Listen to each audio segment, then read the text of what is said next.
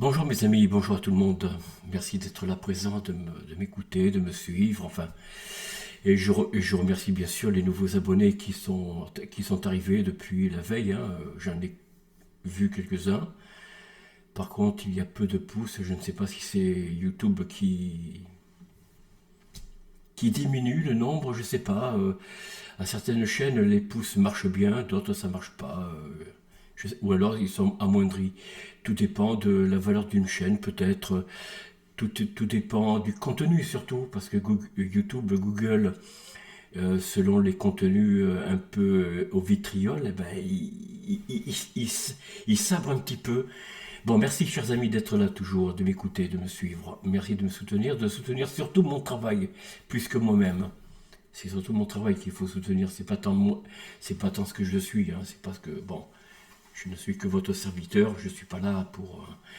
Enfin, merci à vous en tout cas. N'oubliez pas en tout cas, chers amis, surtout pour les nouveaux abonnés, pour les nouveaux abonnés, oui, ben, les nouveaux venus, pardon, de vous abonner, de partager, de commenter cette vidéo, de mettre un pouce et d'activer la clochette si vous souhaitez d'en recevoir en première, et surtout de dire à YouTube, vous voyez, j'aime bien les vidéos de cette chaîne, alors faites un effort, faites un peu monter cette chaîne. Voilà, c'est tout simple.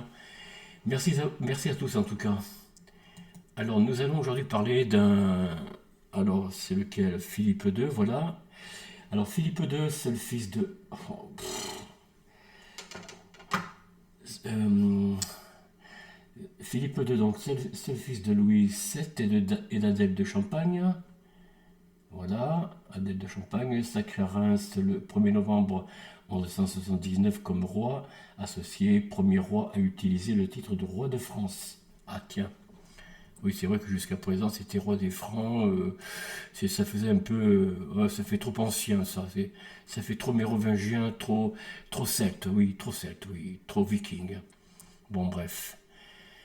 Alors, Philippe II, dit l'Auguste. Auguste, né le 21 août 1166 à Paris et mort à Mantes le 14 juillet 1223. Ah, ben j'avais dit que je ferais le. Oh, excusez-moi, chers amis. Bon, je le ferai demain.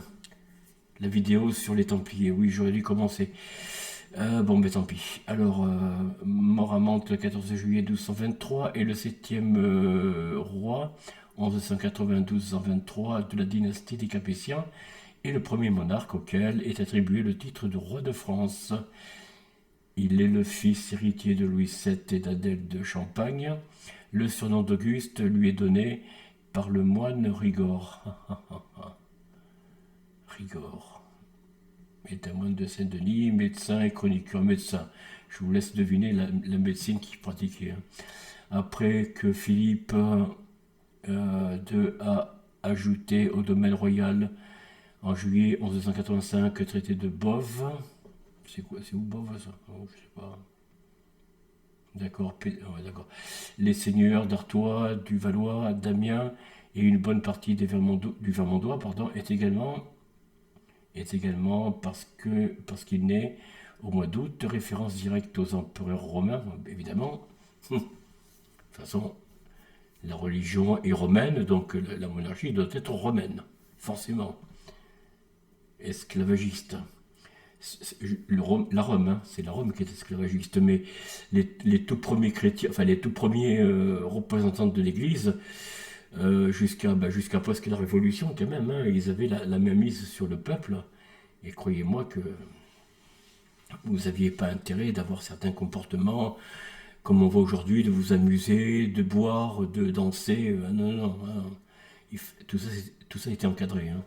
Ce terme signifie qu'il a accru temporairement le domaine royal. Alors, je vais peut-être arrêter, j'aurais dû même le faire avant. Alors alors le règne, les débuts, une information rapide en 1179-1189, excusez-moi si je bafouille, hein. Roi à 15 ans, donc la naissance de Philippe Auguste en 1165 est accueillie comme un miracle par la famille royale. En effet, Louis VII attend depuis près de 30 ans un héritier, et c'est sa troisième épouse, Adèle de Champagne, qui lui donne tardivement... Ah ben j'aurais pu mettre la musique au fait, pourquoi je la mets pas? Voilà, comme ça vous aurez l'occasion, chers amis, de vous détendre un petit peu. Alors je reviens ici, voilà. Adèle de Champagne qui lui donne tardivement. Je vais écouter avec vous aussi, tiens, pourquoi pas.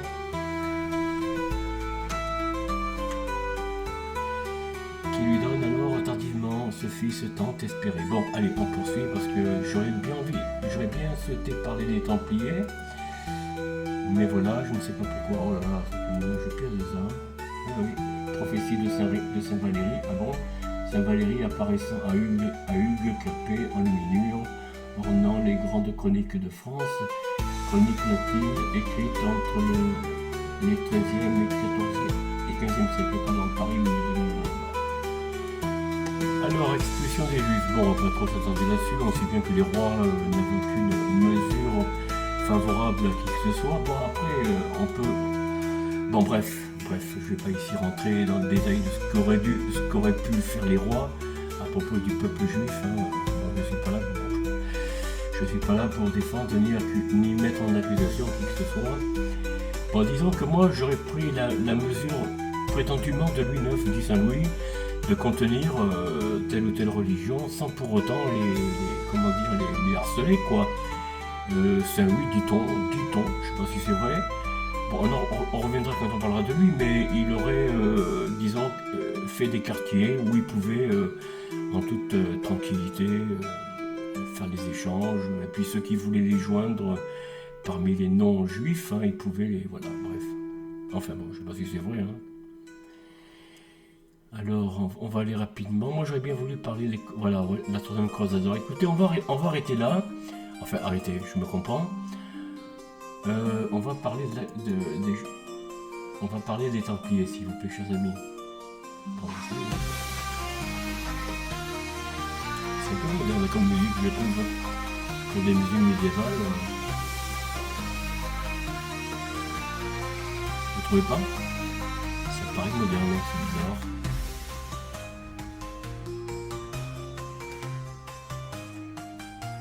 Je trouve, vous voyez, que ce soit les écrivains, les romanciers, ceux qui font surtout les historiens, enfin, pas tous les historiens, c'est pas ni tous les écrivains, ni tous les romanciers, mais vous voyez, tous ceux qui écrivent des livres, généralement, quand ils écrivent un livre d'une période, généralement, ils ne se placent pas dans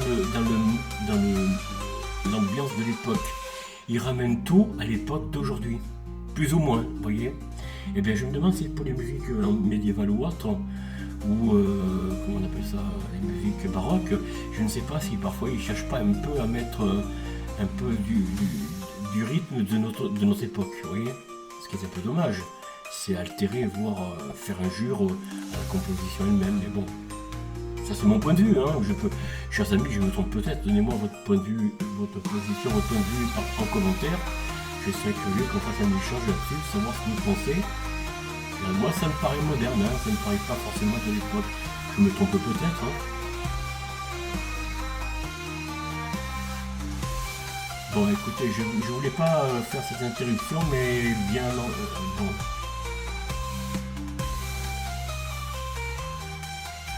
Non, c'était un peu long, c'est vrai que j'ai beaucoup de favoris. Voilà, alors on va aller ici. Alors, je pense que c'est le... Bon, je le vois plus là, il est là. Voilà, chers amis, on partage la page ensemble.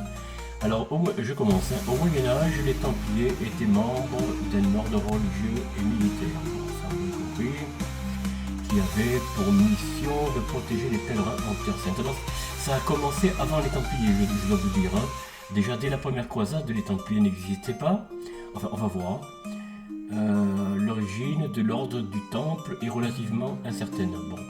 Il pourrait être issu de l'ordre des chanoines du Saint-Sépulcre que certains chevaliers auraient quitté vers 1119-1120. Un chevalier de Champagne, Hugues de Payens, donc le fondateur de l'ordre, prend leur tête et leur donne le nom de pauvres chevaliers du Christ. Bon, vous avez bien compris qu'il s'agit d'un ordre religieux, hein, au départ.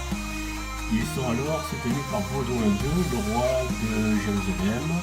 Les débuts des Templiers sont difficiles et il faut attendre le concile de Troyes le 13 janvier 1129 pour qu'il soit officiellement reconnu comme un ordre. La destruction de l'ordre du Temple sur décision du roi Philippe le Bel. Non, il ne montre pas la photo par contre là. Non, Bon. Et la disparition de son trésor contribueront à l'édification de sa légende. Alors il faut vous dire que comme ils étaient établis, enfin comme ils sont nés, ce mouvement à Jérusalem, enfin on va dire en Palestine, hein, quelque part, puisque les Hébreux n'existaient plus en tant que tels. Alors c'était la Palestine, ou je sais pas, la Jordanie, je ne sais pas trop. En tout cas Jérusalem, bon, il y avait beaucoup de comment dire, de transactions financières avec l'or, vous voyez. Et les Templiers, pour pas vous le cacher, c'est un peuple de chevaliers qui se sont enrichis et dont le pape, bien sûr, a lorgné, hein, évidemment. Oh, il y a de l'argent là-bas, c'est super. Et en plus, les chevaliers, ce sont des gens de chez nous, du royaume de France. Donc, on va pouvoir, par le roi interposé de l'époque, alors c'était pas Philippe le Bel, hein, on va pouvoir demander un arrangement pour que de l'argent soit envoyé au royaume, bien sûr, mais aussi à nous, hein, quand même, qui soutiennent l'Église, que le royaume de France soutienne l'Église. Alors, il faut savoir que il y a eu les Templiers, mais il y a eu aussi les Teutoniques qui se sont joints probablement aux Templiers, je pense, hein, quand il y a eu des pèlerinages. Bon, c'était tout l'Occident chrétien qui, par solidarité, si j'ose dire, s'unissait. Donc les Teutoniques, les chevaliers du Temple, les Templiers, et puis les chevaliers de Malte, hein, il ne faut pas les oublier. Bon, les débuts des Templiers sont difficiles, il faut attendre le Concile de Troyes, donc le 13 janvier 1929, pour qu'il soit officiellement reconnu comme un ordre. La destruction, bon ça on l'a dit. Alors, naissance de l'ordre du Temple. La première croisade a permis la prise de Jérusalem, voilà, par les croisés, en 1099, mais le pèlerinage guerrier achevait beaucoup de combattants s'en sont retournés chez eux.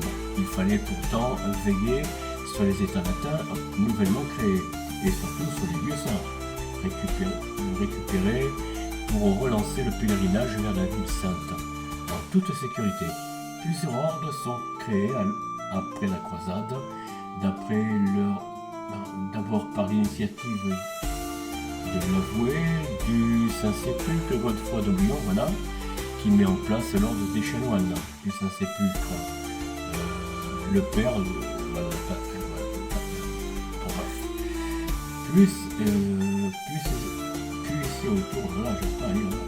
c'est autour des hospitaliers en 1113, même si ses véritables origines datent d'avant la croisade, oui. Bon. Des hospitaliers, oui. Aucun n'est cependant encore ouvertement un ordre religieux militaire. Les Templiers, ou Chevaliers du Temple, ou pauvres Chevaliers du Christ, et du Temple de Salomon, étaient membres d'un ordre religieux militaire fondé en 1218 à Jérusalem par 8 chevaliers francs groupés autour du champenois Hugues de Payens,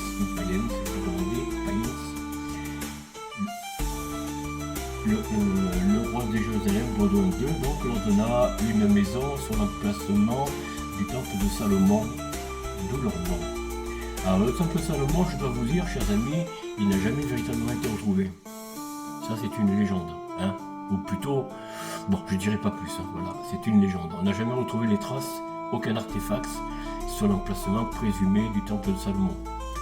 Bon, parce que le deuxième temple, d'où le mur des lamentations, si vous voulez, qui est l'ancien mur du deuxième temple, n'a rien à voir avec le temple de Salomon. Et d'ailleurs, il n'a pas été construit au même endroit. Plus ou moins selon les historiens, un peu sérieux. Mais le temple de Salomon, je vous dis, on n'a trouvé aucun artefact, aucune source, aucune preuve. D'où leur nom, bref. Mais ce fut Saint Bernard qui les imposa définitivement dans l'Église en faisant approuver leur fondation par le Concile de Troyes en 228, donc chers amis, et en se constituant lui-même là où le propagandiste du Nouvel Ordre dans son traité de Laude Nove Militiae. Les Templiers représentaient en effet une tentative séduisante pour réunir les deux formes de vie les plus nobles que connaissait la chrétienté médiévale, la vie chevaleresque et la vie monastique. Wow, rien que ça. Non, c'est pas là.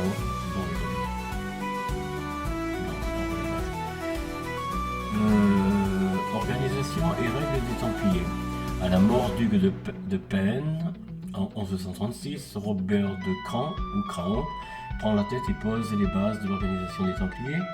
Il met l'accent sur les donations. Voilà, vous voyez, c'est ce que je vous dis. Hein. Ils amassent beaucoup de biens. Bon, de biens matériels, vêtements, je sais pas moi, hein, mais aussi beaucoup de revenus, quoi, beaucoup d'or, notamment. Hein.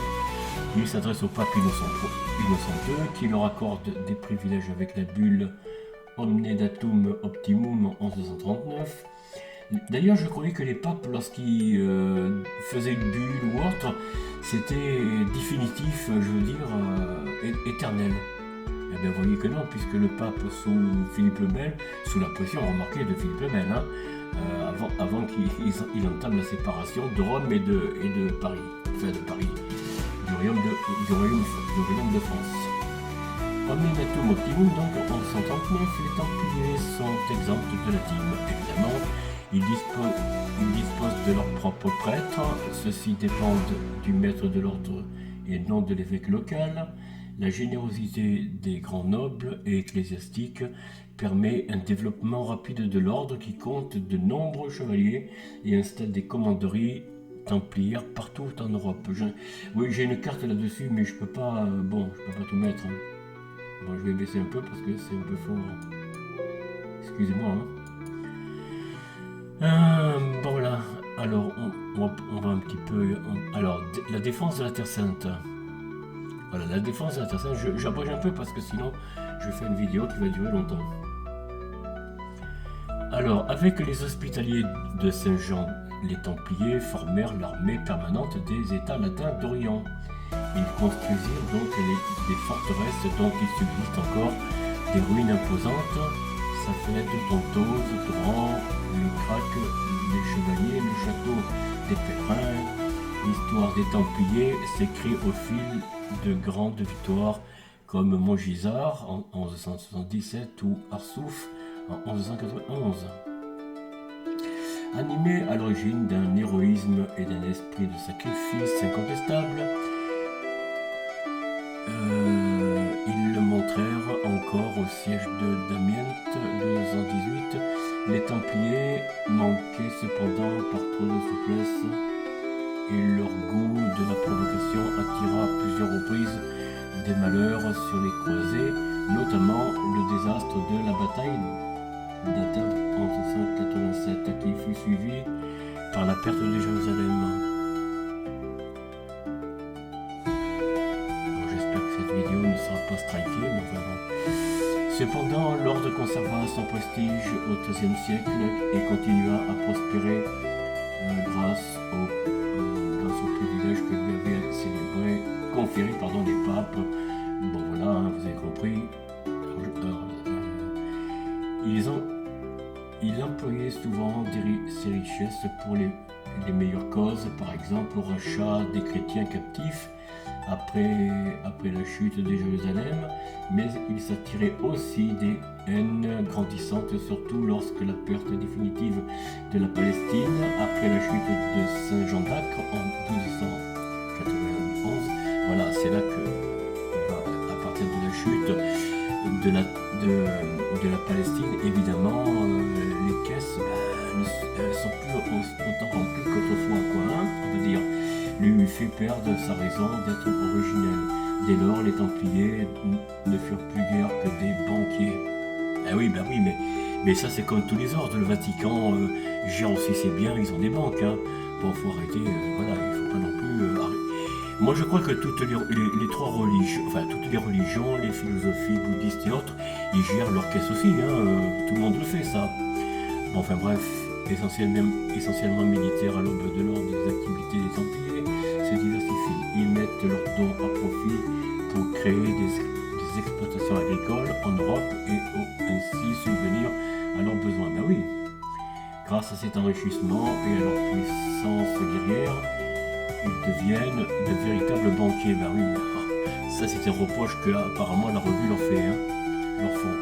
Gardent les richesses, transportent les pèlerins d'Europe en Terre Sainte et prêtent des sommes parfois imposantes aux rois et seigneurs. Eh ben oui, On leur confie la garde des trésors royaux et le pape lui-même les charge d'acheminer les fonds perçus dans l'Europe chrétienne, vous voyez, vers l'Italie, vers le Vatican. Vous voyez, nous y sommes. Hein. Vous voyez, le Vatican se sert au passage quand même. Il ne faut pas croire que le Vatican... D'ailleurs, le Vatican, c'est peut-être la deuxième ou troisième puissance en or dans le monde, il faut le savoir. Hein. Et je ne parle que d'or. Je ne parle pas ici de tous les revenus. Hein. La chute et le procès des Templiers, voilà, on y arrive. Au début du XIVe siècle, ils étaient environ 15 000 Templiers, dont 2 000 en France, lorsque le roi de France Philippe le Bel décide de s'attaquer à l'ordre pour s'emparer de ses trésors. Ah oui, évidemment. Le roi et ses légistes étaient certains de trouver une complicité dans l'opinion publique, irritée par la richesse et l'ordre du temple, mais aussi par le mystère de ces cérémonies. Oui, ça c'est une légende, hein, qui donnait à l'ordre une allure de société secrète et rendait plausibles toutes les calomnies. Le 13 octobre 1307, le grand maître Jacques de Molay, là c'est lui qui lancera la malédiction, les 60 Templiers furent arrêtés sous l'inculpation d'hérésie et de crimes monstrueux, profanation, idolâtrie, sodomie, bon, passons. Soumis à la torture, les accusés avouèrent. Qui peut se tenir, se muer devant la torture, hein, je vous le demande. Avouèrent ce qu'ont voulu. Voilà. Ah oui, on les a forcés à dire des bêtises. Hein. Et le pape Clément V, ébranlé par ses aveux, ordonna aux autres princes chrétiens d'arrêter les Templiers de leur état. Janvier-mai 1308. Oui, vous voyez, le pape Clément VI, qui finalement balaye d'un revers de main la bulle faite précédemment par l'un de ses prédécesseurs au code de Pierre, de Saint-Pierre. Vous comprenez? Voilà un petit peu. Alors on dit que l'Église, quand elle fait des bulles ou quand elle fait des décrets, c'est pour la vie. Eh bien non, puisque Vatican II a tout remis en cause, hein, les anciens papes jusqu'à Pie XII, hein, rappelez-vous. Et, enfin, pas rappelez-vous pour ceux qui sont chrétiens, qui sont croyants. Hein. Donc, normalement, tout ce que les papes ont mis de leur sceau doit être tenu pour éternel. Enfin, éternel, dans le sens, on va dire, pérenne. Eh bien non, Clément V, lui, il remet tout en cause. Vous voyez, ah ben, il remet tout en cause concernant l'accord qu'il y a eu avec les Templiers, je parle. Hein. Puis, le pape se ravisa. Ah bon, confia à ses commissions ecclésiastiques le soin d'une contre-enquête au cours de laquelle les Templiers se rétractèrent. Ben oui, parce que forcément, sous la torture, il fallait dire une chose et pas une autre. Hein. Mais le faible Clément V n'était pas de taille à résister longtemps au roi qui l'avait mis sur le Saint-Siège. Ah, parce que c'est lui en plus, c'est Philippe le Bel, d'accord. Ah ben d'accord, c'est pour ça qu'il a fait du chantage. Aussi bien les légistes de Philippe le Bel s'employaient-ils à créer un climat de terreur. Voilà. Oui, Philippe le Bel voulait se séparer de Rome. En mai 1310, donc, Enguerrand de Marigny obtint de son frère archevêque de Sens la condamnation comme relapse de 54 Templiers qui avaient rétracté leur aveu et qui furent brûlés vifs. Pourtant, le Concile de Vienne, octobre 1311, refusa de reconnaître la culpabilité des Templiers, mais Philippe le Bel fit pression sur Clément V, qui, par la bulle Vox in Ecclesiis, 3 avril 1312, prononça la dissolution de l'ordre, dont les biens furent transférés aux hospitaliers.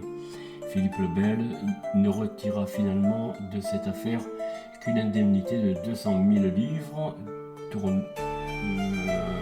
tournois pour l'apurement des comptes de la trésorerie et 6 millions de livres pour les frais du procès.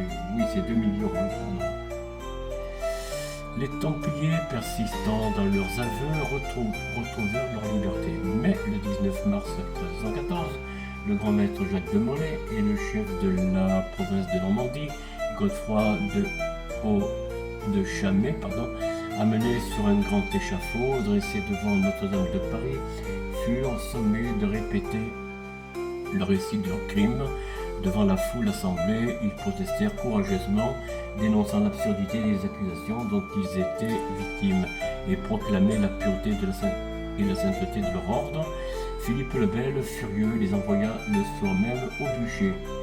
Comme relapse, l'innocence des Templiers, proclamée par Dante dans son purgatoire, est aujourd'hui à peu près unanimement reconnue. Voilà, vous voyez, même Dante qui... Voilà. La légende de la malédiction et du trésor des Templiers. Alors, la chute brutale des Templiers sera à l'origine de deux légendes tenaces. D'abord, celle de la fameuse malédiction prononcée par Jacques de Molay contre Philippe IV le Bel et Clément V. Si le grand maître parle sur le bûcher, il ne fait que réfuter les crimes qu'on lui impute et n'a jamais cité expressément le roi et le pape. La légende de la malédiction ne prendra forme qu'à partir du XVIe siècle, crédibilisée a posteriori par la disparition la même année de Clément V, qui souffrait depuis longtemps d'une grave maladie, et de Philippe le Bel, mort d'un accident vasculaire cérébral. Quant au fameux trésor des Templiers, il est constitué pour l'essentiel d'archives et de reliques, comme les autres ordres religieux. S'il est exact que le temple reçoit de nombreux legs et dont il possède un vaste patrimoine immobilier géré par les commanderies, les ressources de l'ordre sont pour l'essentiel consacrées aux croisades. Bon, ça c'est voilà. Question fréquente autour des Templiers. Qui est à l'origine des Templiers, fondé par quelques croisés en Terre Sainte, l'ordre des Templiers ou des moines combattants est approuvé par le roi de Jérusalem, Baudouin II, avec l'appui de Saint Bernard de Clairvaux. Leurs règles cisterciennes très strictes, où se mêlent idéal chevaleresque et idéal monastique, est bientôt également approuvé et publié par le Concile de Troyes en 11. Vous voyez, un concile, normalement, si l'on en croit les fondements de l'ordre chrétien, donc l'ordre des papes, à travers Saint-Pierre, normalement, un concile ne peut pas être révoqué. Peut-être une bulle à la rigueur, elle peut être remplacée, mais un concile non. Qui dirigeait les Templiers et quelles étaient leurs missions? Au sommet de l'ordre se trouve le grand maître dont l'autorité est limitée par un chapitre composé des dignitaires de l'ordre. Son principal rôle était de protéger les pèlerins chrétiens contre les attaques des musulmans en Terre Sainte. Bon, pourquoi Philippe le Bel a-t-il dissous l'ordre du Temple? Alors attention,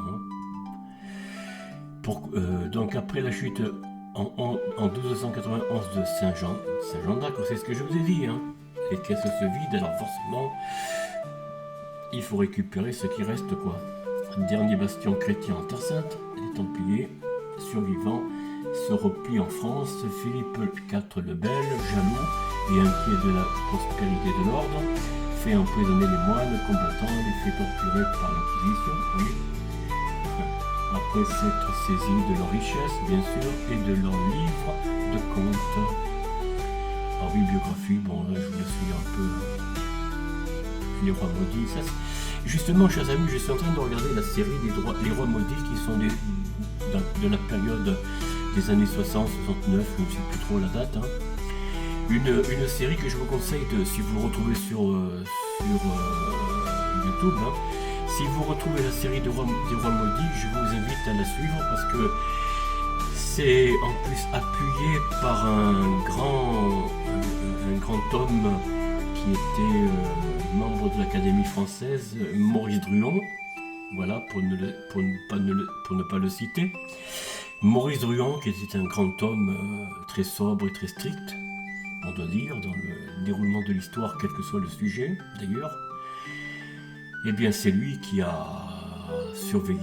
veillé sur le déroulement de la série, avec de grands acteurs dont je ne vais pas ici vous les nommer, vous les trouverez facilement. Voilà, les rois maudits, donc ordre militaire au temple des croisades, Richard Cœur de Lion, roi d'Angleterre en 1189-1199. Ça, c'est les lectures. Saint-Valentin, origine de l'histoire et la fête des amoureux. Bon, Sainte-Claire d'Assise et l'ordre des Clarisses. de Lalande, musicien Richard de Lalande, hein, au service du roi Soleil au Louis XIV. Bon, voilà chers amis ce que j'avais à vous dire sur cette période. Parce que je voulais continuer avec le roi, oui, le roi, attendez, je vais le rechercher là, avec le roi,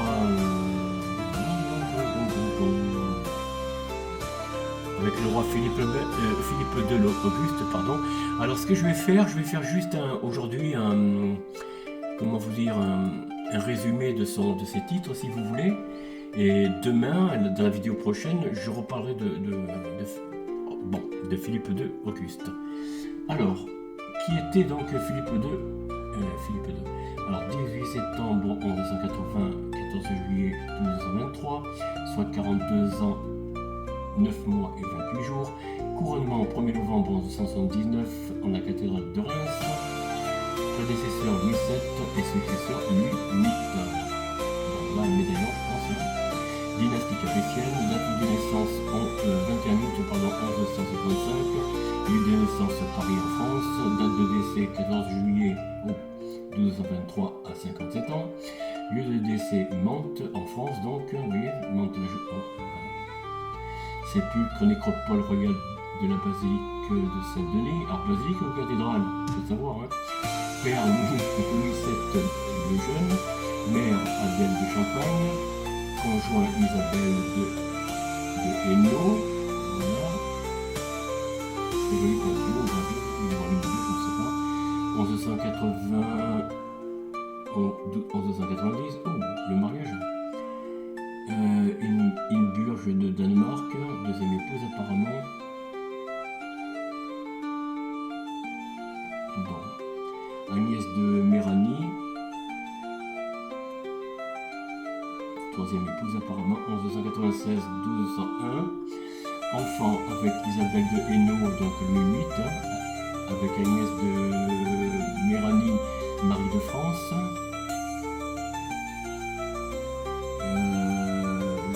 Jean Tristan de France, Philippe Urepel de Clermont, avec la dame d'Arras, Pierre Chariot. Là, un évêque apparemment illégitime, bien sûr. Religion catholicisme, résidence palais de la Cité. Voilà un petit peu le blason de Louis II. Hein. Voilà. Hein. De Philippe II, pardon, excusez-moi. Ouh, j'ai du mal à... Voilà, bon après vous avez tout ça. Bon, nous reverrons demain, chers amis, l'histoire de ce prince, de ce roi Philippe II Auguste. Je vais arrêter là la vidéo parce que je dois bien sûr faire quelques courses. Hein. On est en fin de semaine. Alors pour vous, c'est dimanche, mais pour moi, bon voilà, vous avez compris. Hein.